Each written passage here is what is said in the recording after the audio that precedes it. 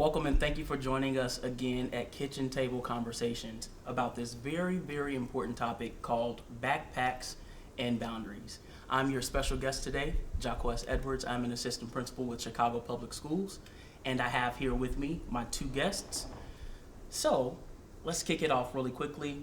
Gentlemen, welcome and thank you for joining us today.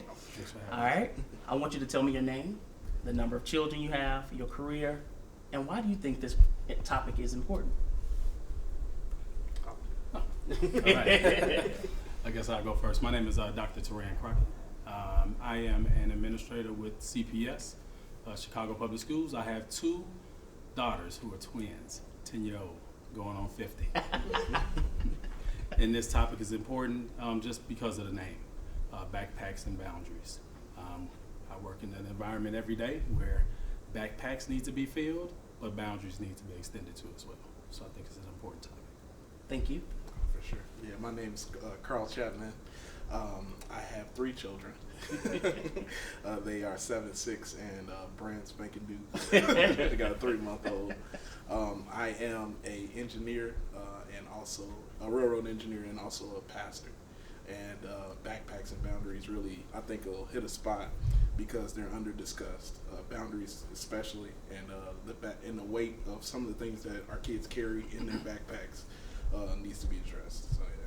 Thank you, gentlemen, for sharing that.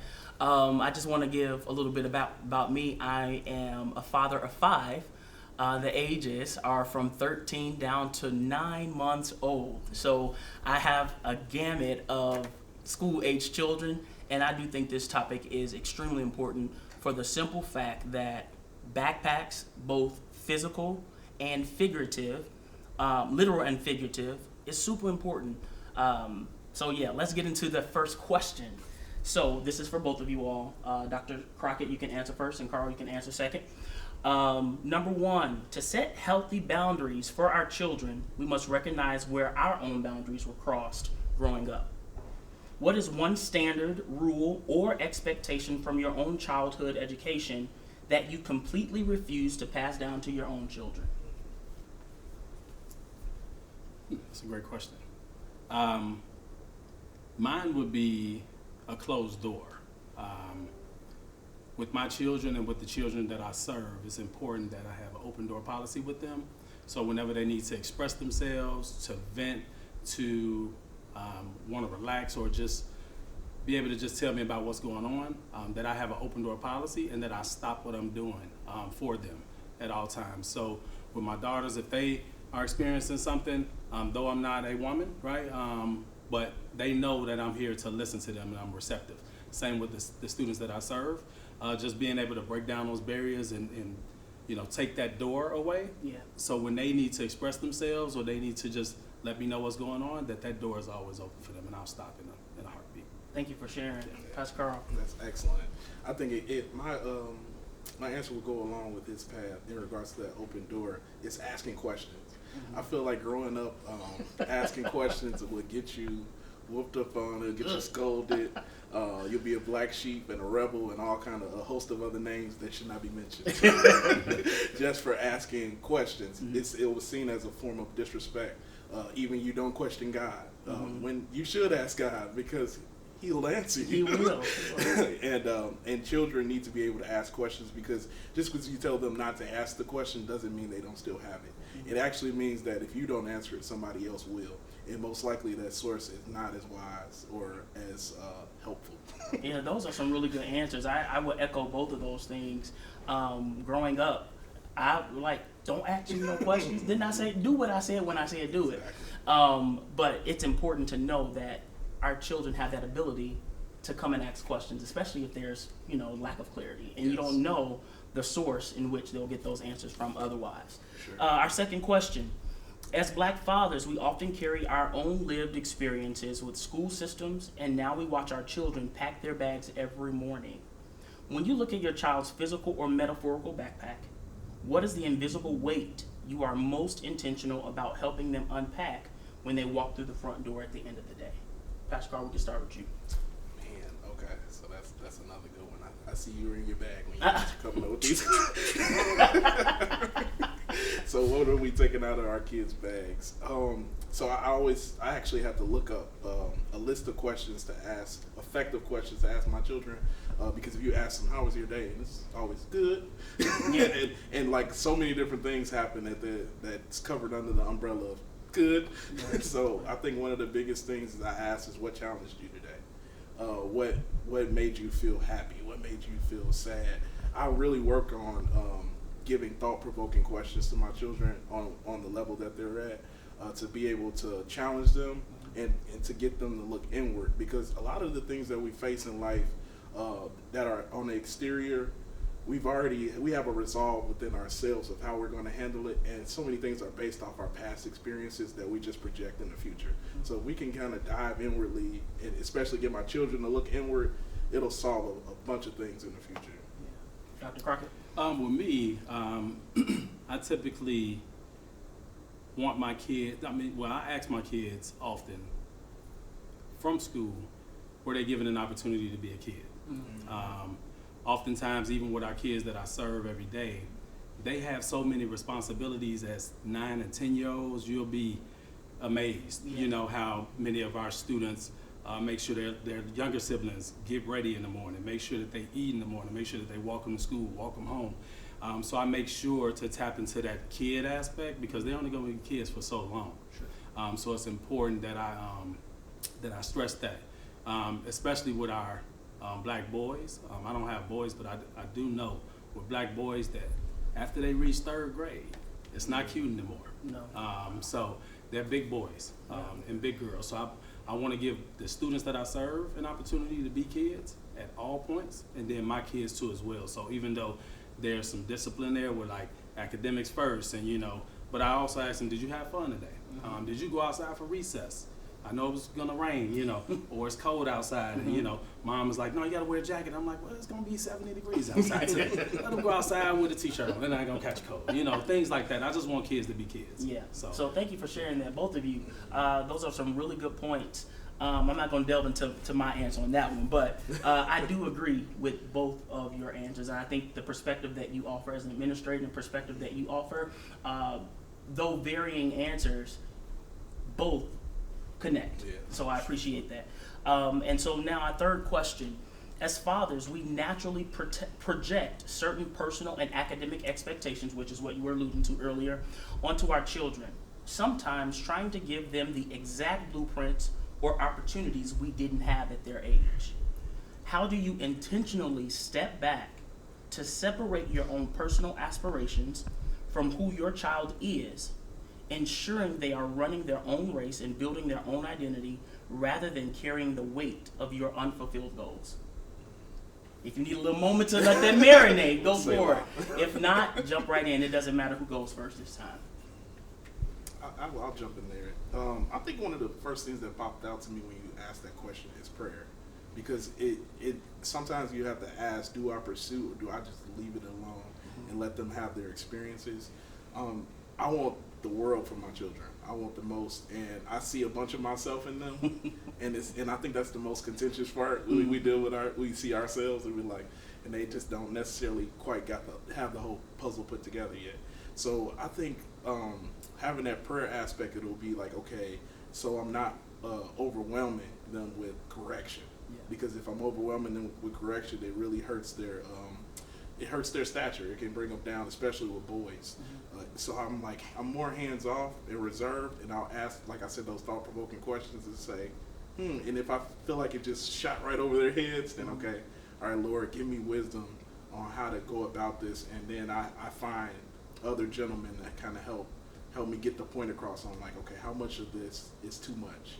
Because some things I just didn't know as a father, and so many things that I'm still learning on when to apply myself for correction and when to just let things be and let them experience it. So it's a tough question, but prayer really kind of helps me to when to apply and when to step off the pedal.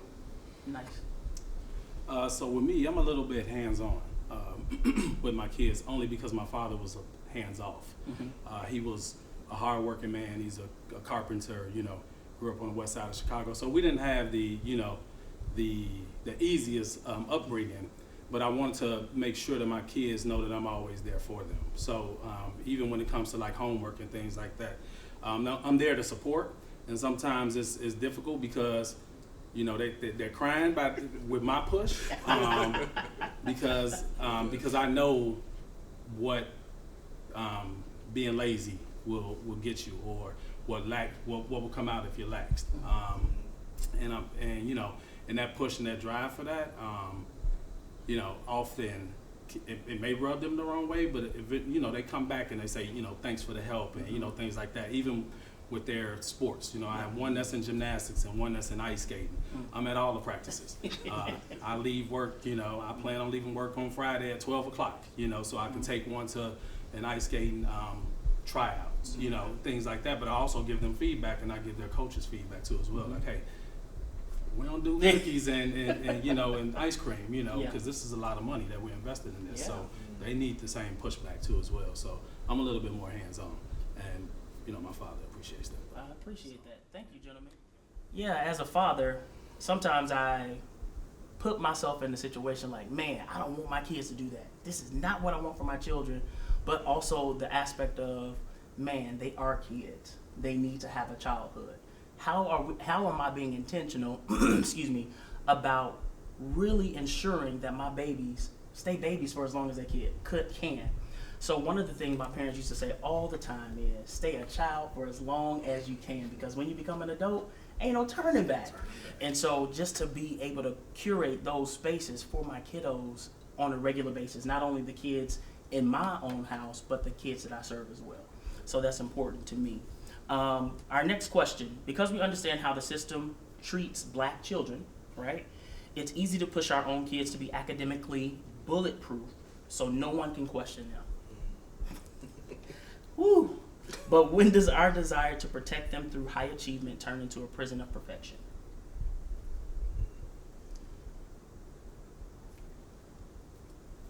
That's a good question. I know. That's a good question. Thank you. That's a good question. Very good question. I mean, I think it stems off of, what you said. So, yes, as a father, I have that academic push for them, but I also know, because I'm in education, certain attributes you need that you can be successful, like being able to manage sports, being able to manage being in student council, being able to manage those things. When you have those things on your quote-unquote resume as a student, more schools are willing to accept you, more schools that you may find a fit. So let's just say, for instance, if my neighborhood school is this school, but I aspire to go to Whitney Young or Walter Payton, and let's say I don't have the straight A's, but I also have that I'm on the basketball team, the wrestling team, and I'm also able to manage a 3.5 GPA. Whitney Young will take that risk on me. So it's important to push academics, but you also have to push the extra curricular activities too, because often those build the stamina for you to be a good student. Let's just say this, in boys in grades 5 through 8, typically they exceed the girls. And why is this? Is because they're starting to grow into themselves, they're going through puberty, they're being more athletic, they're worried about how they smell, how they look, and things like that. So then now the academics kind of come a little bit easier for them because they have that confidence. So that's what I kind of push to my kids and to the students that I serve there. You don't have to be a straight A student, but you also have to have some additional competencies on your resume in order for people to take a look at you. You just can't be a good student. Yeah. You have to ask some other stuff too. I agree. Let's talk about that little piece a little bit more, like the extracurricular activities. I have a 7th grade son who this year he has been excelling in soccer and track and field and cross country, and he's been bringing home A's.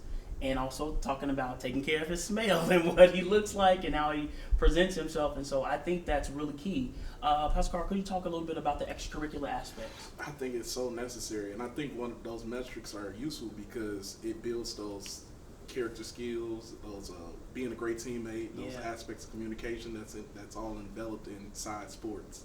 And I think it's an outlet for sure. So I have a 6-year-old, and he'll hang off chandeliers, he'll swing from the ceiling, he'll ride a staircase. I never seen anybody move up and down the stairs like him, not a puppy, not a lion, not a zebra, like my son.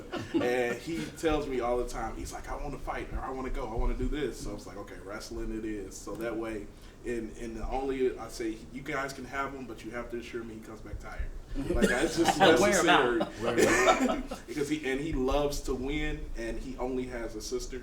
So it's like he's extremely aggressive. He doesn't know his own strength, and he's just dominating his sister. I was like, okay, this is extremely necessary to help him challenge himself with people who might be faster than him, stronger than him, and that'll teach some skills of just about never quitting, never giving up. And then I can come behind and reinforce it, like you're saying. So the education aspect is extremely important. But those people skills that help you get along with your boss, that help you get along with your coworkers, is extremely necessary, and I think it makes you a well-rounded human. Gotcha. I think those are really good points to bring up. And then a question that's coming up for me is, in your childhood, as you were coming up, who were those people or that person that gave you that never quit mentality or pushed you beyond what you thought you were capable of doing? Somebody that popped up for you? So, I mean, easily it's my father. He didn't tell me anything. He's a man of few words, but he's a man of action. Yeah. So he was someone who put, sore back, bad feet, all this other stuff to the background in order for us to live a successful, a good life, a better life. So I just took that from him and that drive. But now I'm just a little bit more personable too as well. So I can communicate with my kids, But that's just the cycle of life. You know what I mean? So you learn from the people that you aspire to be. I just aspire to be better than him, and he knows that. So it's a constant competition with me trying to out-dad him. You know what I'm saying? So anything he does, we talked yesterday, and I'm just like, man, I'm out-dadding you, man. He's like, nah, you're never. So, but just things like that. Oh, awesome, man. Yeah. For me, I think it was quite the opposite. So my dad was always present, and he's very extremely supportive. But he would let me quit a sport in a heartbeat. He's like, oh, you don't do it anymore? He's just so go with the flow. He's like, all right, cool. Yeah, so I really, and that's one thing that I was like, I really want to encourage my kids, do not quit. So I'm like, you have to finish the season out. We got to finish it out, and then we'll go from there to reassess. And I really think that I probably would have did a lot more sports-wise if he was like, no, you can't quit. So I think something else would have unlocked within me. So what I didn't get on the gridiron or soccer or baseball, I think I got in interpersonal relationships and things like that. But I do wish I had that little bit unlocked in me. So I'm going to make sure my son experiences, at least we're finishing the season if we're not going, And so I had a similar background to the both of you. And I think your answers are combined into my one answer. My dad always shared with us that I want you to be better than me, right? And it was a known thing. This is what I did, but I want you to be better than me. And my mom would say, whatever you start, you're going to finish it. Even if you signed up for it, you said you didn't like it, you're going to finish it, right? You're going to finish what you start. And so that was the same thing. That's the same thing that I instill in my children. So for example, my daughter, Leah, she's the second oldest. She started cross country. And after a while, she goes, I don't think I'm going to go to practice anymore. What? What do you mean? All right. Thank you, gentlemen, for those answers. I think it is very important that we protect our kids, and making sure that they have what they need in order to be successful. Our next question we have on the docket, excuse me, is if we threw out the school data dashboards entirely, Dr. Crockett, the reading levels, the behavior charts, the gold stars, the behavior sheets that come home. My question now is, what is the unwritten report card you are grading your child's school on? And then the follow-up question to that is, what is the real metric that tells you your kid's spirit is intact at the end of the week?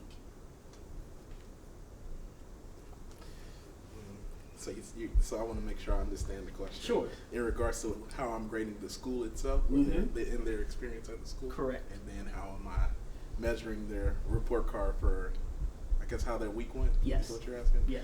Okay. So I'm like a private investigator. I like to dive into my children's school and get to know as many of the faculty as possible. Like whenever there's opportunity, they have things, so I'll peruse and I'll say, well, who is this and who is that? So I like to ask a bunch of questions, and then getting to know the teacher's personality, because there's so much communication done via email. It's you can lose that sense of feel when you're in exchange information with teachers. So kind of making sure we have those touch points when they have opportunities for sessions and meetings to get a feel for the teacher. And I think you learn a lot about how your kid's year is going to go from those first experiences. Maybe not everybody, but I feel like me and my wife, we pick up pretty good on things. Not that we're perfect at it. And then my children are so resilient. Like I said, so many different things can happen, and they'll just bop away and play. And so I think asking those questions and looking at patterns, what they do when they get home, and then how they get in the car once I pick them up, tells me so much. What they don't say is usually what tells me what I need to know for that week. So I think just learning our children and then learning their environment even before they get in it. So that tells us a lot. Thank you, Dr. Crockett. How do I grade my kids' school? Yeah, your kids' school. That's tricky. That's tricky because the principal is my colleague. You know what I'm saying? Yeah. We don't have that many friends in this side. So I just look for regular communication from the teacher and from administration. What type of activities are being planned for the week or the month?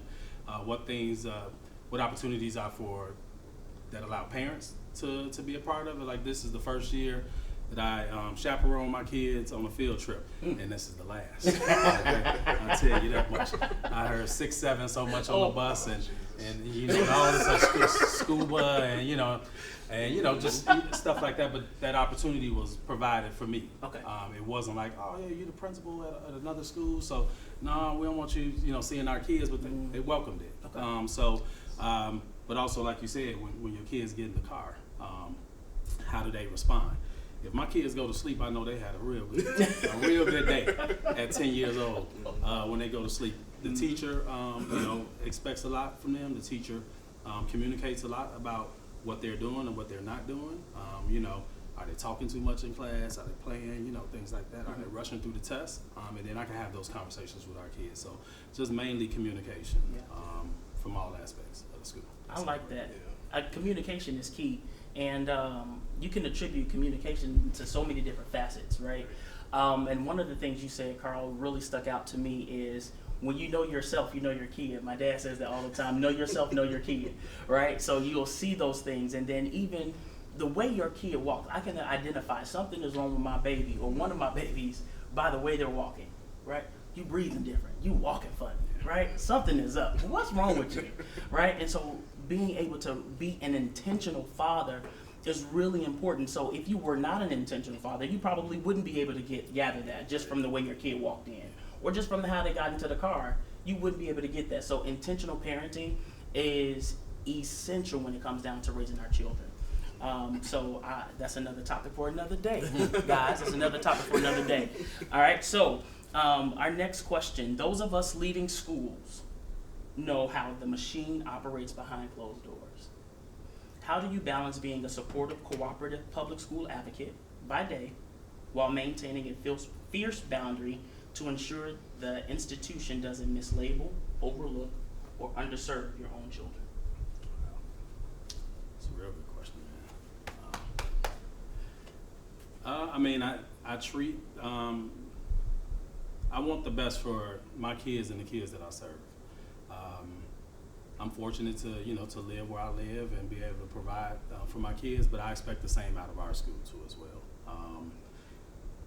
I don't look too much, I don't dive too much into reading and math data. Yeah, that's important, but that only says one thing. You just imagine a kid that's coming from Pullman or Roseland, and how they have to navigate just to get to school, and the paths that they have to take and the things that they have to do, and for them to come out and graduate, that's true success. And no NWA, IER, no test will be able to tell you what the kids have done to get to the point where they're at. So I preach, success looks different from everybody, but also show up every day. I don't miss work. Even though people tell me to, take a day off, bro. But it's important that the same way my kids see me, that my kids at the school see me too as well, because I represent them, and I am the person in the forefront. So anytime there's an incident, you got to talk to me first. You can't talk to the kids, you can't talk to the teachers, you can't talk to the lunchroom staff, you can't talk to anybody. You have to talk to me first, because I want to make sure that I'm that buffer between them and anybody else outside or inside. So that's kind of how I operate. I appreciate that. And then let's turn that into, as a father, right? As a father, we guard, we protect, we overlook, and we make sure those things that may try to pop up, we shut it down. That's not what we allow, whatever it is that we don't allow. And so my question now is, have there been things that you've seen in your children that's popped up where you've had to shut it down that you didn't allow, if that makes sense? Yeah, one of my child's teacher sent a message to us and said that, hey, there's a kid playing with Taryn. That's one of my daughter's names, Taryn. She's been a little rough with her, but Taryn doesn't say anything. Taryn allows it.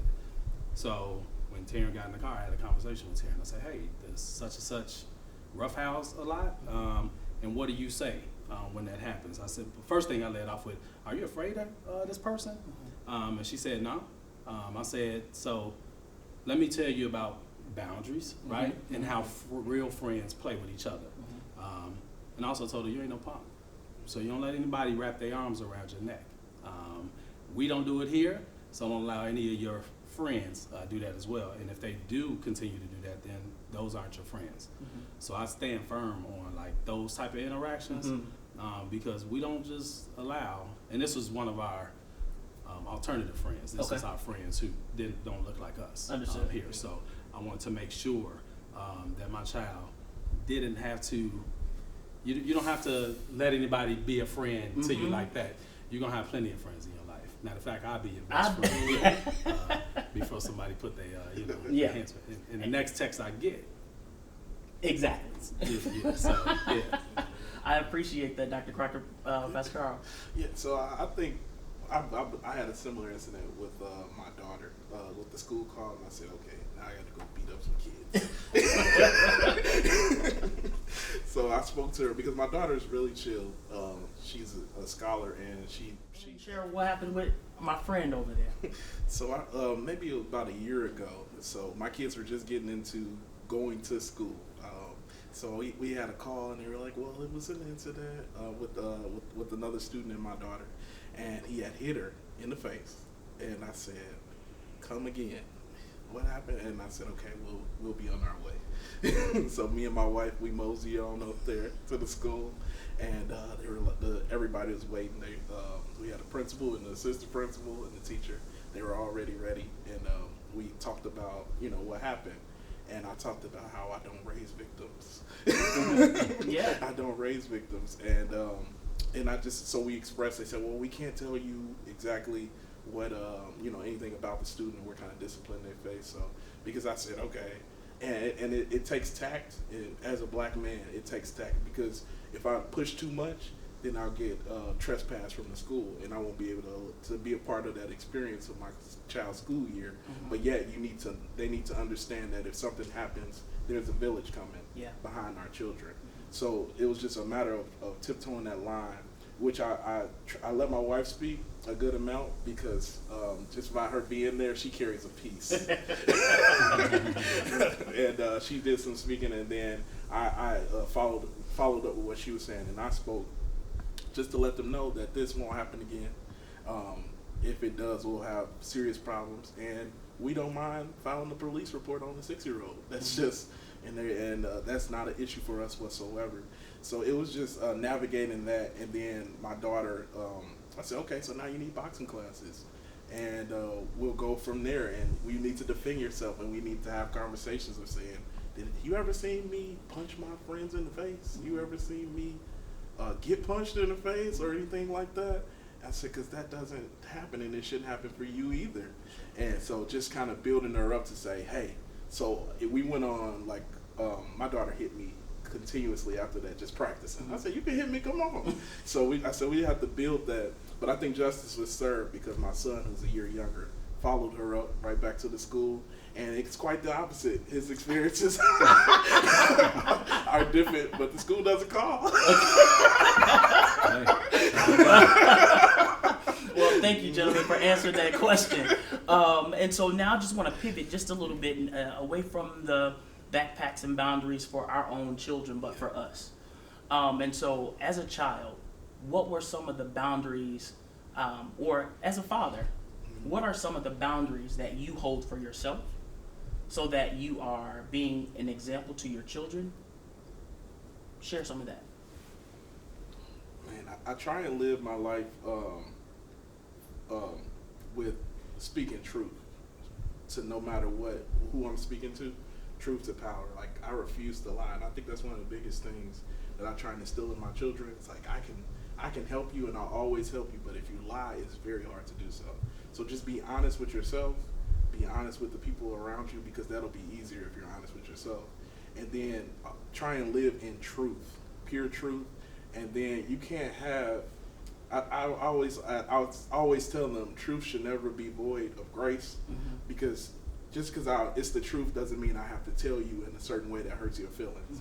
But if I add grace to it, then it's a way that it'd be palatable for anybody to receive it. And I can't just give you grace because you don't keep getting to make passes at me and attacking and harming my person just because I want to be kind, because truth has to follow. I agree.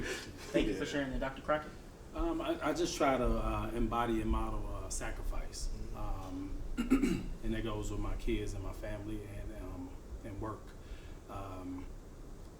There's things that quote unquote men do and men don't do, but I'm up at 4:45 in the morning every day. So I make sure that my family eats in the morning before they go to school and off to work.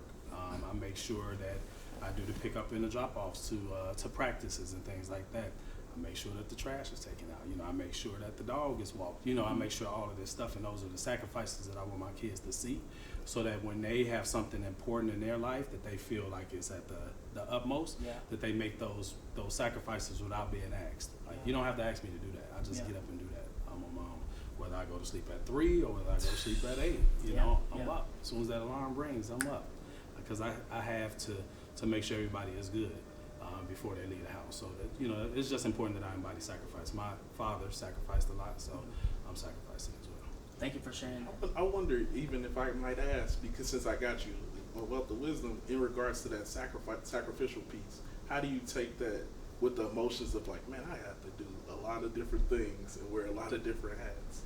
I get to work. I get to work at 7 o'clock. If I'm there like 7:05, it's like it kind of ruins my day. I'm late. Because I have everything mapped out what I'm gonna do when I get there at work. Yeah. Because that's the time I have like an hour to decompress. I have an hour to turn on YouTube. I have an hour to turn on my little diffuser in the office and things like that. Because once 7:50 hits, it's rock and roll. The lights are on. The kids are coming up. The staff are coming up. People calling off. Things like that. So I just make sure that I have that little ounce of time, and then when I'm dropping off at practice, I'm not there all the time. I'm in my car. I lay in my seat back and I go to sleep. I take a nap. Just stuff like that. But I just make sure that like the structure is there, very structured, very detailed, and I take time for me, whether it's 50 minutes or 30. That's just my time. I appreciate that. And then for me, my boundary is consistency. I show that on a regular basis. I get up at 4:45 in the morning. I'm being consistent when it comes down to how I organize the house, how I make sure my children are following what I'm doing. Tyler, your clothes are not supposed to go there. It's your day to wash clothes. It's your day to take out the trash. So having a routine and consistency is something that I'm really instilling in my children, because I know with consistency you will have success, right? Wow. So the more consistent you are, the more success that you'll see from whatever it is that you're doing. And it goes back to that lesson I learned as a young man. You're gonna finish what you start. Yeah. So if I'm starting the dishes and then I don't come back to the dishes, I'm gonna have more dishes when I need to finish my dishes. And so I just need to be consistent and start and finish whatever it is that I start. Excuse me. And so I really appreciate that. When it comes down to boundaries, it's important. And then just to piggyback or just to retrack a little bit to the question that we asked, and we were talking about friends. Okay. And that's a boundary that I draw, especially for my oldest daughter. She's about to go to 7th grade, and her, similar to me growing up, oh, this person my friend, that person my friend, and similar situations. Did your friend allow you to get in trouble? Your real true friend, right? And so having to sit there and talk to her versus, early parenting age, I was like, you did this, and you're going to get the hammer, right? You did this, you get the hammer, versus now as a mature parent, it's like, okay, you did this, let's talk about it. Why did this happen? But with that same level of, withedness at the end, we don't tolerate that. That's not okay, that's not allowable. Moving forward, this is how I want you to act. Right. And I'm okay with saying, this person not your friend. And I'm good with it. Well, Daddy, I thought that such and such. Nope. Well, you said that. Nope. And I stand firm in sharing with her, this is why this person is not allowed to be your friend. These are not qualities or character traits that we want, you to emulate. She's such a leader. And so those moments and being able to identify those different characteristics of your children and putting them in situations that would allow them to flourish the most is super important to me. And so I remember growing up, my mom and my dad would say, Jaquez, you what did they say? They said, you so book smart, you don't got no enough street sense. You so smart, you ain't smart. And so learning to balance between what's academically, strong and what is socially strong, right? Those two things mirror each other.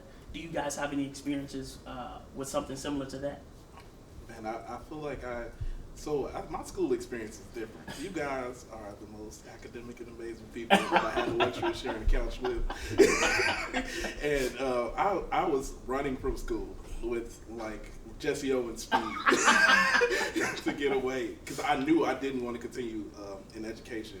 So I was just running. I was on the street. That's the street I took. So I picked up that kind of sense to get away from it. And so, but I did learn I did a lot of reading. Book smarts was my thing. So I wasn't there for the quizzes. I read the whole book chapter to chapter for the test. That's how I passed and made it out. So it was definitely interesting to have that balance. And then my siblings really taught me a lot about the world. Some of it was horrible advice, don't get me wrong, but they had a lot of wisdom because I was the youngest. So it was a good balance in between both those book smart, school smarts, and learning a little bit about people. Yes. So I appreciate you for sharing that. Viewers, thank you so much for joining us today. We really appreciate you for tuning in. Don't forget to like, share, and comment on book bags and boundaries. Thank you. Backpacks and boundaries. What a topic. As a father, I want to affirm you in the role that you're playing in your child's life. No one can give you the greatest advice but yourself. Through experience, through your wisdom, and through the grace that has been given to you. As a father or as a parent, we know that our children, they face so many things going to school, coming from school, and coming home to uncertainty, coming home to inconsistency. But you can be that constant in their lives by staying consistent, by holding firm to your boundaries, and ensuring that they become successful, contributing citizens in this society. Thank you. You got it. Today we did something different with Kitchen Table Conversations. We had 2 episodes with me and some beautiful people that stepped in and talked about the imposter syndrome, strong black women, and harvesting confidence. And today we brought in Elder Jaquez Edwards, my son, my firstborn son, to do an episode to talk about from a father's, an educator, lead point of view. And I think you did a great job today, son. Thank you, Mom. I appreciate it. I was a little nervous at first, to be honest. Okay. But after a while, though, the conversation just became organic. And I'm like, oh, put these cards down, you know. I thought, wow. It was really good. I appreciated the push, and I also appreciated the opportunity to share from a perspective of a duality, right? A father and an administrator. And to have my best friend here and to have one of my friends in administration just to share their perspective was really, really good to hear. And I also noticed that there were some similarities between the three of us and how our stories impacted and how our views are similar as well. I think it was really rich. And why do I say it's rich? Because the whole goal of Mother's Love Community Organization and Kitchen Table Conversations is all about building community. Women can't build community on their own. We need the brethren. We need the protection of the brethren. So having my son come in, he did an episode, and my staff was like, oh, he better than you. I was like, oh, you think so? Well, let's bring him on in, right? Let him do what he do, right? So I ain't mad. That's, you know, that makes me feel good that you feel my son is as good or better than me. And you have to throw that as good as or you have to throw that or in there. Look, let me explain something. You want to come forward, like I said. I'm right behind you. Yeah, right come on. Yeah. So it's always been very competitive for me and my children. Like, if I can do it, you can do it, we can do it, and let's build a whole new empire. And so that's what I'm on. We're in the process of building a whole new empire and building a platform and changing the narrative of what Black families do and how we do things and how we feel, and no longer letting people put labels on us. So thank you, son. You're welcome. Thank you for that invite. Peace.